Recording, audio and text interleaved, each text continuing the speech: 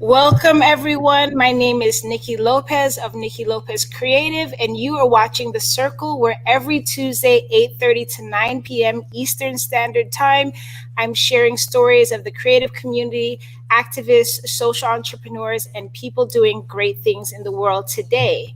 So today I have a very special guest and friend, Richard Wright. Thank you for joining us today.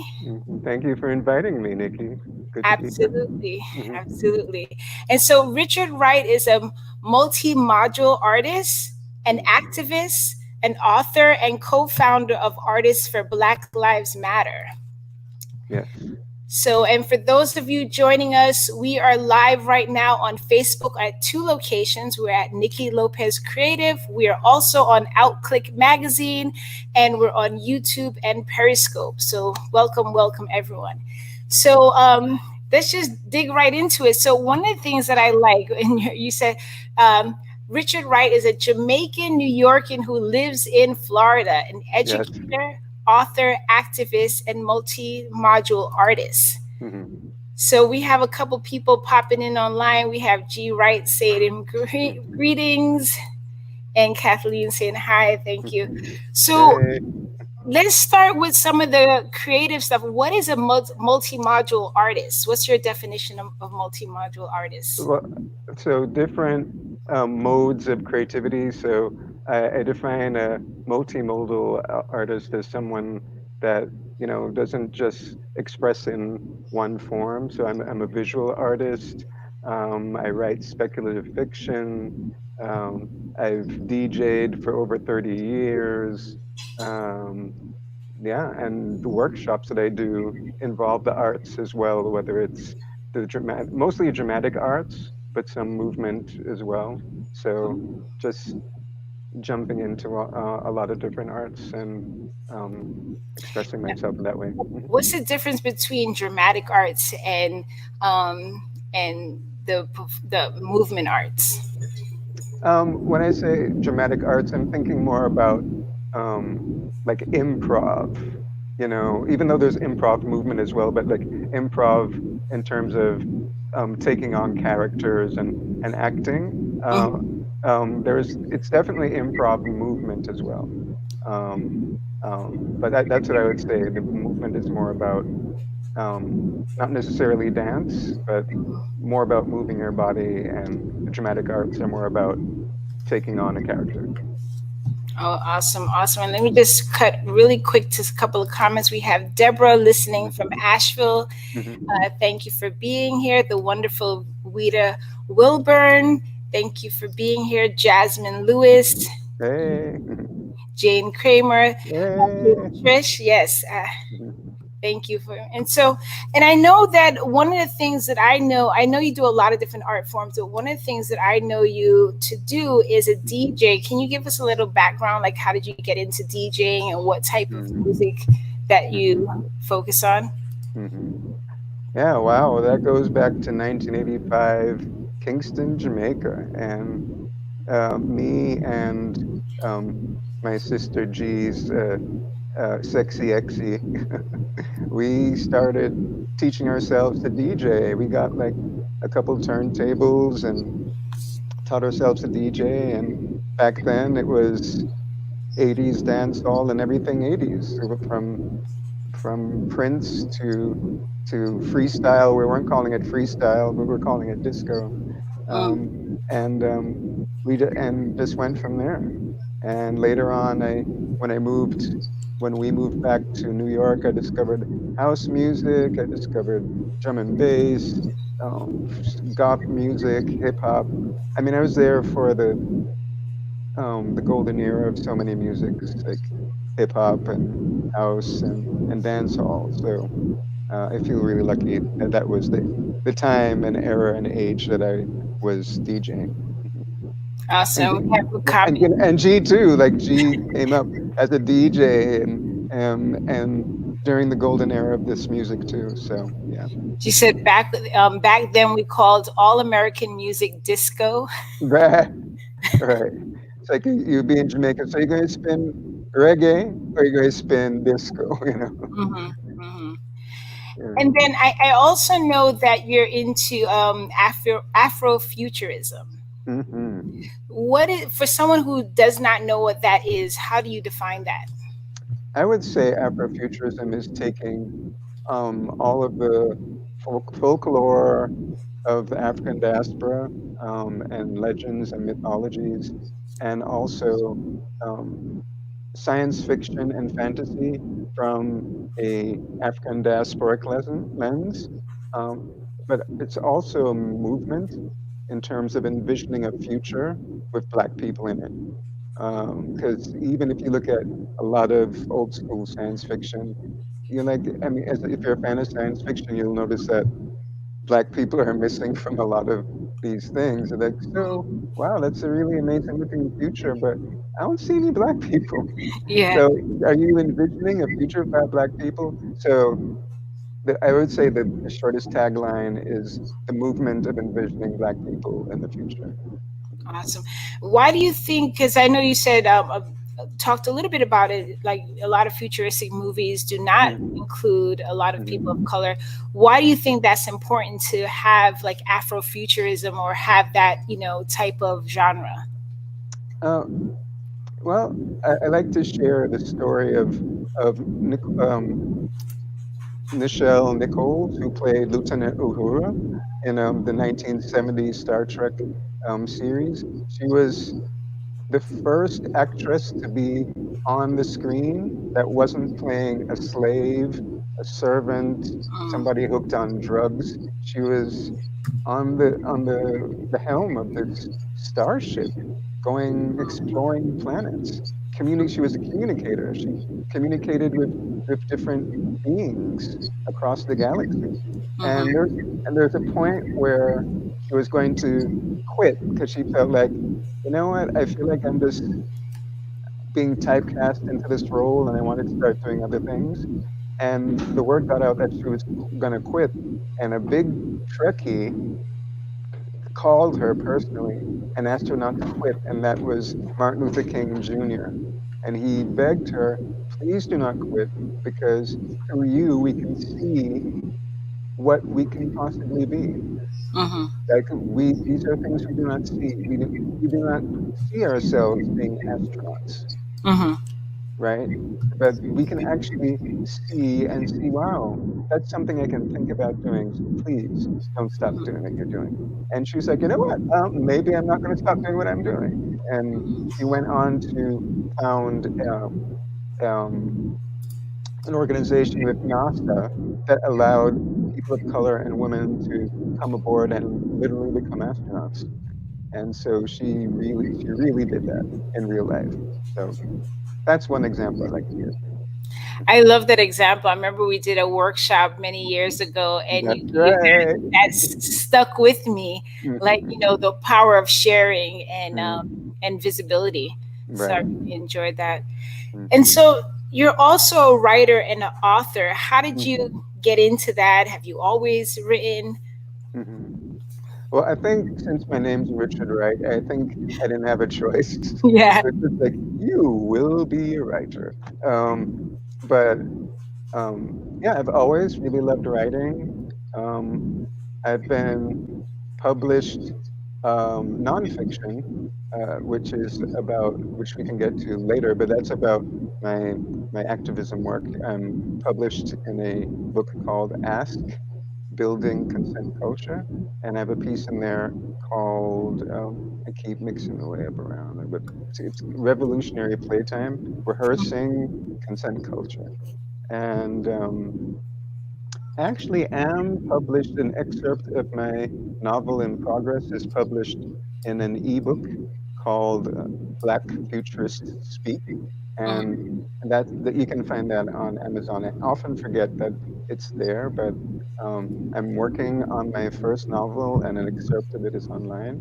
Um, Black Futurists Speak, and I've been writing a lot of short stories lately. I've been very inspired by. I feel like we're like the Afro future is now Afro present. Like we're in a science fiction movie Mhm. right now. Yeah. So it's been very inspiring for me, and I've been doing a lot of writing. Awesome. And can we get into a little bit because you mentioned a term that I don't feel a lot of people are familiar with. What's that? So, in reference to the book that you Mhm. wrote some parts about consent culture, what exactly Right, is consent culture? right.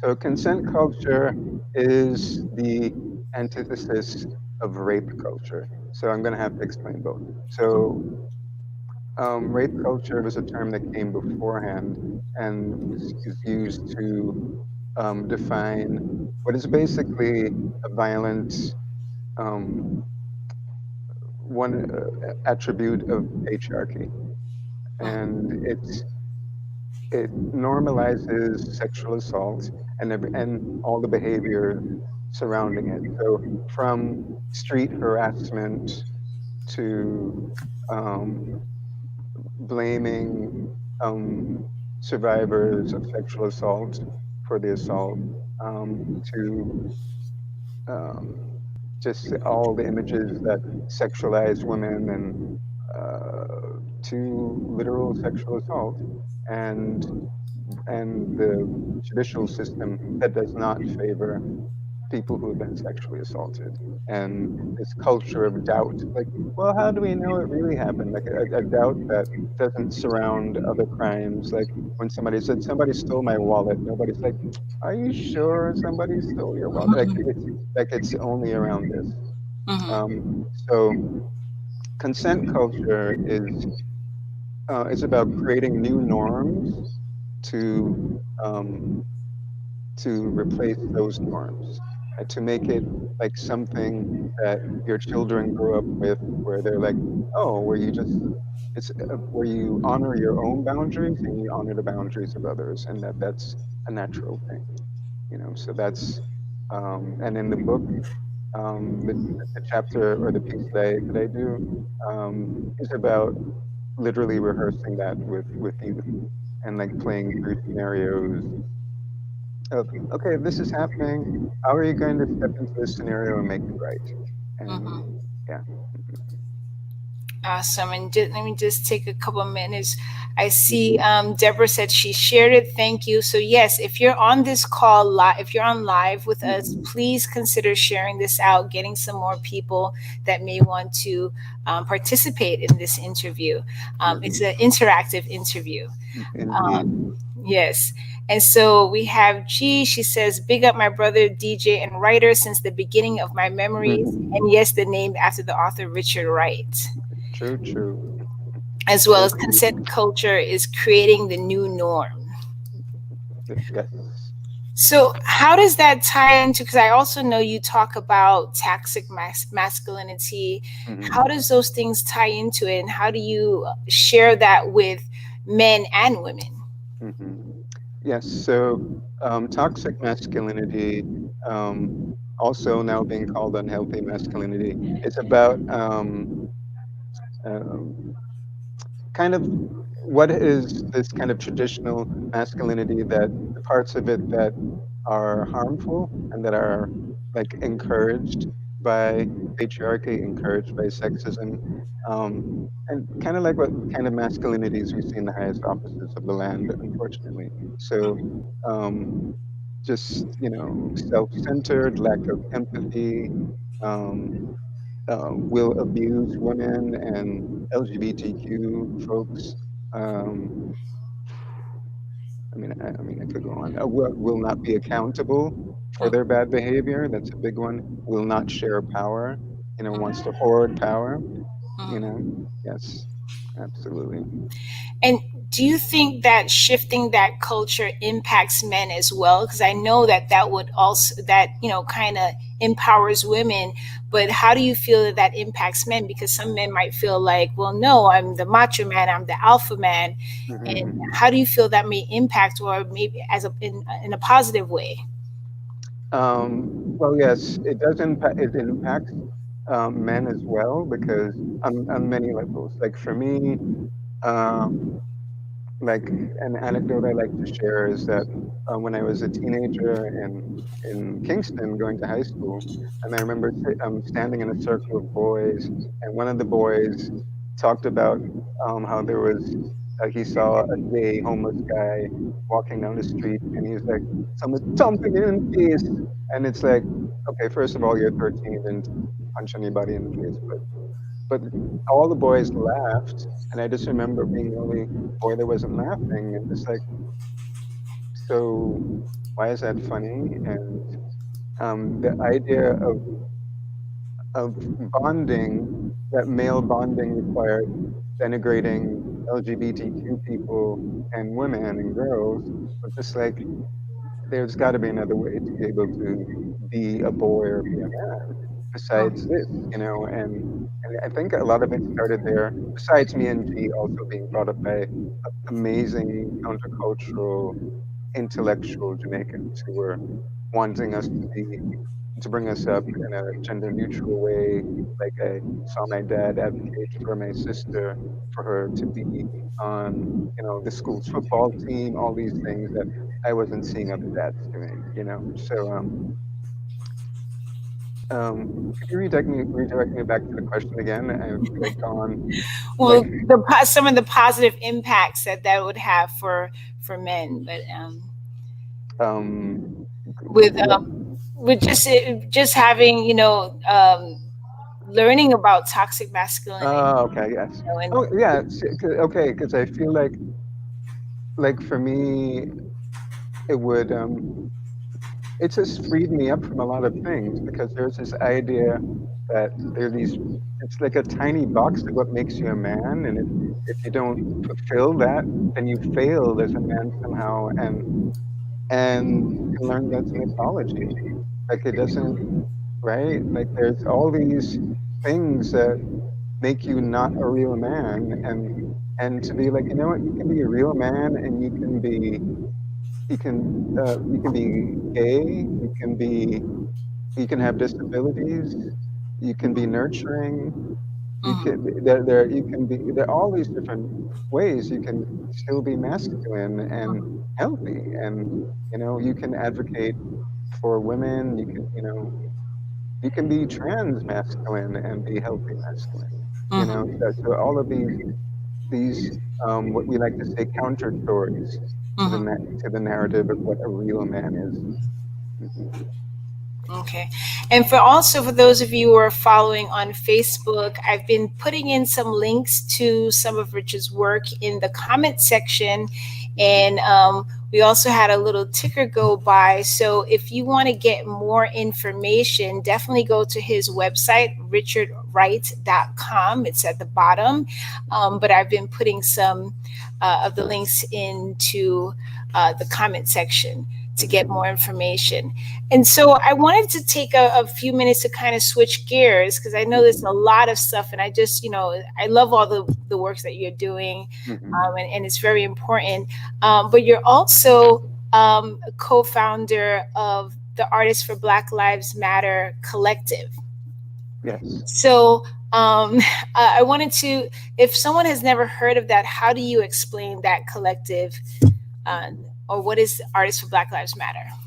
Sure. Before I jump into that, I just want to quick correction. So Richard M, like letter M, Wright.com. Yes.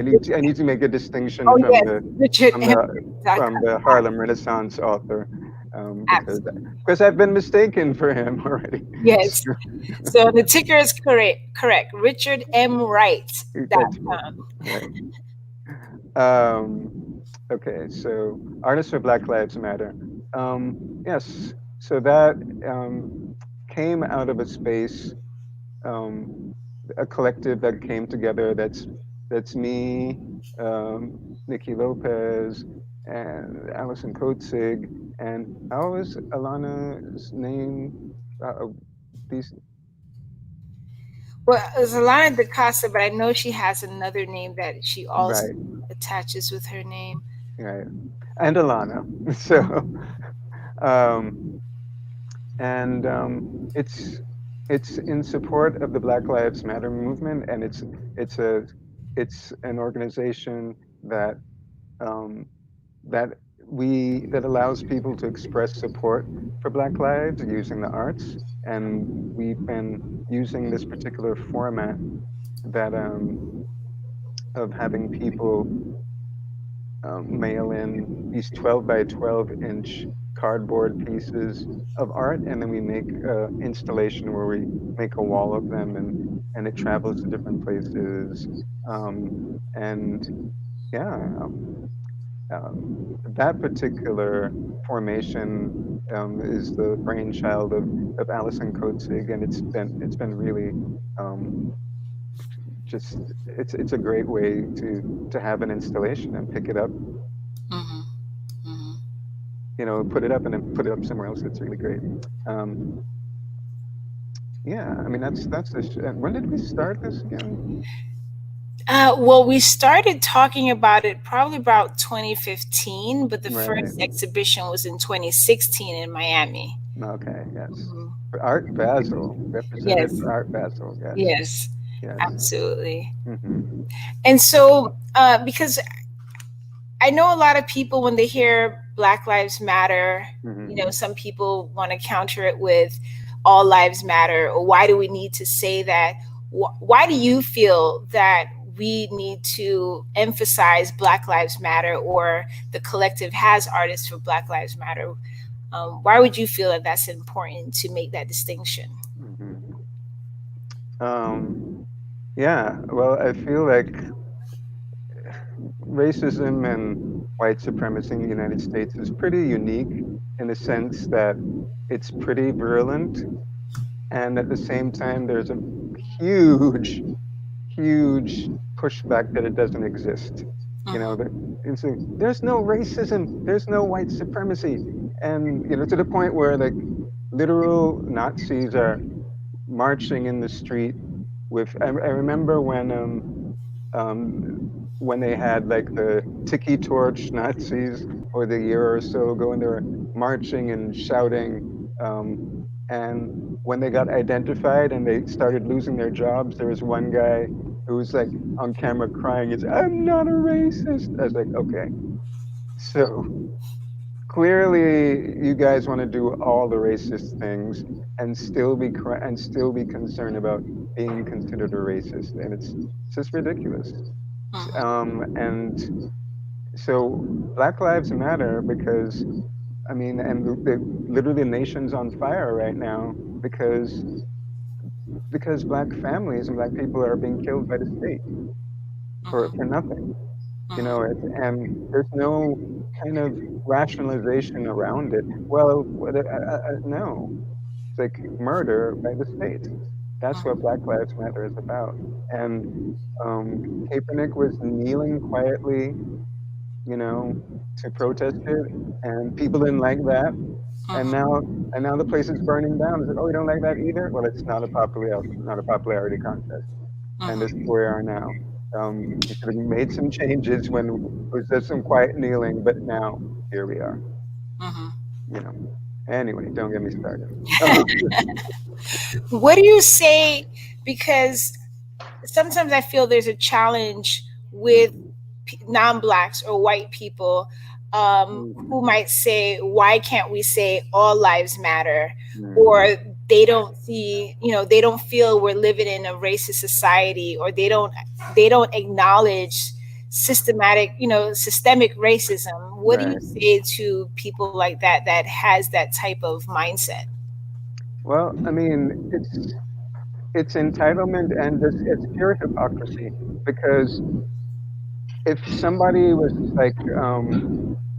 like if there is something where there's children um, who are fighting polio or something. I mean, polio doesn't really exist anymore, and you're just like, you know, um, children with polio matter. Like nobody's going to be like, what about people with measles and people with like nobody's going to do that, Mm-hmm. right? And but for Black Lives Matter, all of a sudden, what about this? What about that? And it's just like it's not all about you. It can be about other people too. And nobody's saying that white people don't matter. We're just Mm-hmm. saying that Black people matter too. To be honest, when Black Lives Matter, when that slogan came out, I actually thought it was the most benign, kind of Mm-hmm. wishy-washy slogan. I was like, how about Black Power matters? But Mm-hmm. when I saw how such a simple, in my mind, like a non-offensive, very calm statement, Black people actually, we matter. Mm-hmm. We exist and we matter. That people, white racists, lost their minds. Black, what do you mean Black Lives Matter? It's like, yeah, it's just, we matter. We're not saying we're going to enslave you. We're just saying Black Mm-hmm. people matter, you know? So the last thing I'll say about it, all lives matter. That just, that's, we say Black Lives Matter because a house is on fire and we need that fire to be taken out. So Mm-hmm. if you say all houses matter when house is on fire and you're going to Mm-hmm. put water on all these houses that don't have a fire, then it's just ridiculousness. Mm-hmm. Yeah, yeah. Mm, And so now there are some people, and I don't know if you've experienced it. There's a lot of mhm. people because of, what's happening in society right now, Right. um, with Ahmad and now uh, George George Floyd, Floyd, Breonna and Taylor. yeah, so there's there's some people who may be non-black, they're white people who are saying, what can we do to help, Right, or feeling like, because there are some people who feel like, well, I want to be able to help. What are some suggestions that people can do, if they're not black, or they don't feel like to want to support this or to want to work towards change? right. Um, wow, I would have come with some links, but there's like a lot of different places that people can donate to help bail out protesters, to donate money. The there's the George Floyd Memorial Foundation. You can Google that, um, Mm-hmm. and there are a bunch of other things that are going on where you can support the protesters, you can support the families. Um, yeah, you can just you know just check in on Black folks and Yeah. send us money, whatever. Just I mean, there's just support, just listen and believe. Don't Okay. The best thing you can do is don't dictate to Black people how we should um, gain our liberation. Just Absolutely. don't be like, no, it would be better. It's like, you know what? That's okay. I don't want to hear that from you. That's fine. You can Mhm. support me. You can support us. Please don't tell me how to liberate myself. Thanks. Absolutely. Mhm. And so we actually have Artists for Black Lives Matter has an open call right now. Right. Can you talk a little bit about, because there's the 12 by 12, people could submit artwork Hmm. about what does Black Lives Matter mean to them, positive Black images, Afrofuturism images, and anytime we have a display, they could become a part of that collection that we display. But we Hmm. have a specific art, call for art right now, and I wanted to know if you could speak on it a little bit. Right. Well, interestingly, when we started um, this talking about this call, um, we were more thinking about um, all the different ways that not only the pandemic of coronavirus is impacting mostly communities of color and Black folks, brown folks, indigenous folks.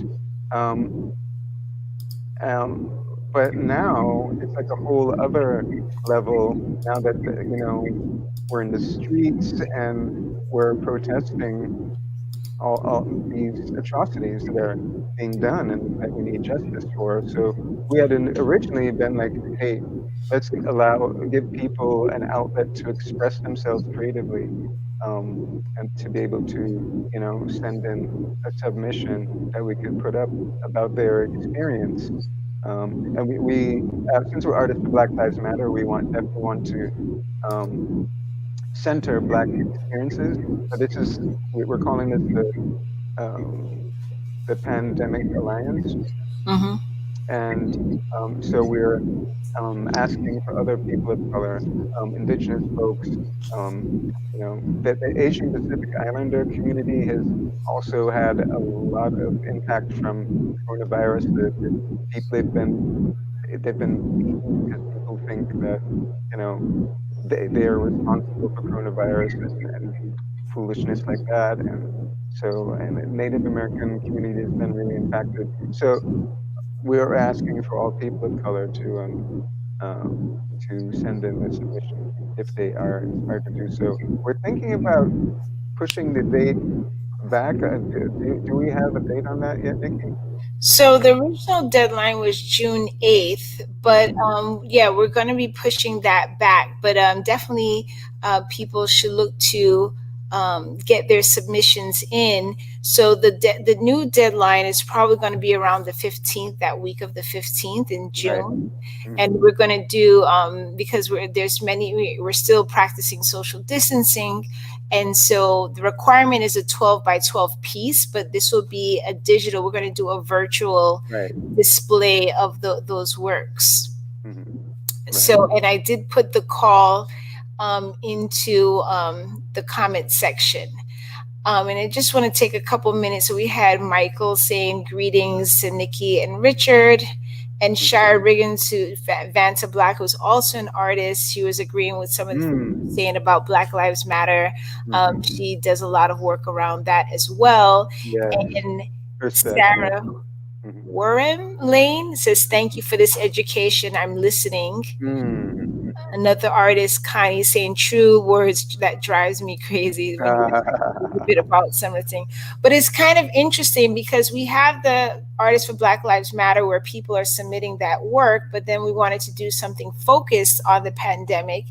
Um, but Hmm. but ironically, unfortunately, they're still very intertwined, because one of the reasons why Black people, people of color, minorities are more impacted by the coronavirus goes back to these systemic racist practices that kind of pushes that, no access to health care, not getting the proper foods, all these things that makes or they're, essential workers, so they're being more exposed. So it kind of just, even though they're meant to be a little shift, it's actually kind of really, you know um, the same, one and the same. How do you Right. separate it, you know Hmm. Oh, um, another thing that I think white folks can do is really just do their work. Um, Look up. Um, there are all of these workshops going on about confronting your whiteness um, and complicity, because silence doesn't help anyone. So having those conversations with your families, about white privilege, white supremacy, and how to interrupt it. Not easy stuff by any means. I mean, I wouldn't know personally, but I've seen people, on that path, and it's tumultuous, but it's for your humanity and the humanity of everybody else. mhm, mhm. Hmm. And I think that's what some people may not realize, that it does, breaking these systems of racial injustice doesn't just impact people of color, Black people. It impacts everyone. Right, So and I so it's definitely some work to be done, and having conversations. And that's one of the beauty of the using art to bring that up, right? So it's not meant to right. be an argument, it's not meant to be you did this or whatever. It's just meant to be, space where people could share, what comes up for them. And non-Black people could, be able to take that in and take and educate themselves and figure out how to Hmm. support that and how to change these systems. Because Hmm. it's not the system is broken, the system is working how it's supposed to work, but Hey. that system needs to change. So yeah, so um so I'm going to put in some, you have some DJ mixes on SoundCloud and Hmm. Mixcloud. Yes. I just put in some of the links. What are some of the musics that people could expect to find? Hmm. um, Okay. Well, there's one of my signature mixes is called Stimuli, and that's a very eclectic mix, from Alice Coltrane to Flying Lotus to Bjork to like hip hop and funk and house to this roots reggae. It's all over and it flows. I mean, you have to listen to it to believe it that it actually flows. Um, but some of the other mixtures that I do are more like I have a series called Avantiardi, and that's kind of like um, definitely like comes from my Jamaican upbringing, but it takes it into these futuristic spaces and like this kind of diasporic space, like referencing dub and reggae and dancehall in different genres and countries. And so, yeah, they're fun. They're fun. Enjoy. Awesome. Thank you. Thank you for that. Hmm. Um, if you had access to a time machine, where would you go? Past or the future, and why? Oh, wow. Well, it's funny you say that because I mean I feel like nostalgia is so strong these days. Like just, I mean, nostalgia for just even a couple months ago when we could be outside hugging people, you know. So BC, before Corona. yeah, exactly. So so I've been feeling very pulled. It's even like when I just started DJing, and it was so, But as an Afrofuturist, I kind of want to, you know, have a curiosity about the future. Mhm. So I kind of want to just, can we get past the um, collapse of the United States and we've built new systems and can we just get to the new systems future? Mhm. Can we do that? You Mhm. know, and let's see, Native American folks have been reinstituted as the stewards of the land, and yeah, let's go to that future. I'd like to choose a future and go to it. Mhm. That's what I would like to do. Yes. Nice, nice, Hmm. nice. Well, thank you so much for joining us today and sharing some of your work. Hmm. I love how all of your work is really intertwined into, Hmm. Thank it's you. not separate at all. The music, the activism, Hmm. the writing, Hmm. the other artistic expression, they're all just kind of meshed into one. So, Hmm. are you Right. working on any new projects? Um, I've been writing some new stories, and I'm looking for places to publish them. Mm-hmm. So I'm actually have I've been doing my own research, and I have um, who people who know people who are going to get back to me. So because yeah, I just want to get this out there. It's very relevant to everything that's happening. Absolutely. And we have Hmm. G saying, excellent interview, Thank you. especially special. Especially special. Yes, yes. And I want to give a quick shout out to Outclick Magazine. We're actually live on one of their platforms. So their June edition, they have did an interview on me, and I have an interview on page 50, I think. So if you are local to South Florida, definitely look for it and check it out, and you could find it online. So I'm really grateful. We're broadcasting live there as well. So we're on Niki Lopez Creative, and so that's the Ask. What's the name of the Ask Building Consent Culture? Hmm. And let me see if make sure I put that link in there. So Richard's book, Ask Building Consent Culture, edited by Kitty Stryker. Yes, it's very And pretty. Yes. okay, so we're going to put that link. So if you're watching this on YouTube, I don't know if those comments come through, but I'll definitely add them into it later. And for those of you who are online with us tonight, thank you for being here with us always. Definitely share this interview out. There's a lot of information. I mean, I feel like you could take any little piece of this interview and just Mhm. spend some time unpacking all the stuff that could come out of that. So Mhm. I'm really grateful to have you online tonight. Mhm. And so, for those of you who are online with us live, thank you for being here. For those who Mhm. are watching it later, Thank you for watching it. Mhm. Do you have any final words? Well, no, thank you for putting me on. Thank you, Nikki. I want to do a quick big up to Birth Bruja, um, at Birth Bruja, who put me on last week, and we did an amazing online workshop on healthy masculinity and consent culture, um, and I'm just glad to be here now. So, thank you everyone who signed in, and yes, it has been especially special, like my sister said. Yes, thank you. Thank you so much. All Hmm. right, guys. Well, I will catch you all next week, Tuesday, Hmm. 8:30 to 9 p.m. Eastern Standard Time. Hmm. All Good right, night. thanks. Mhm.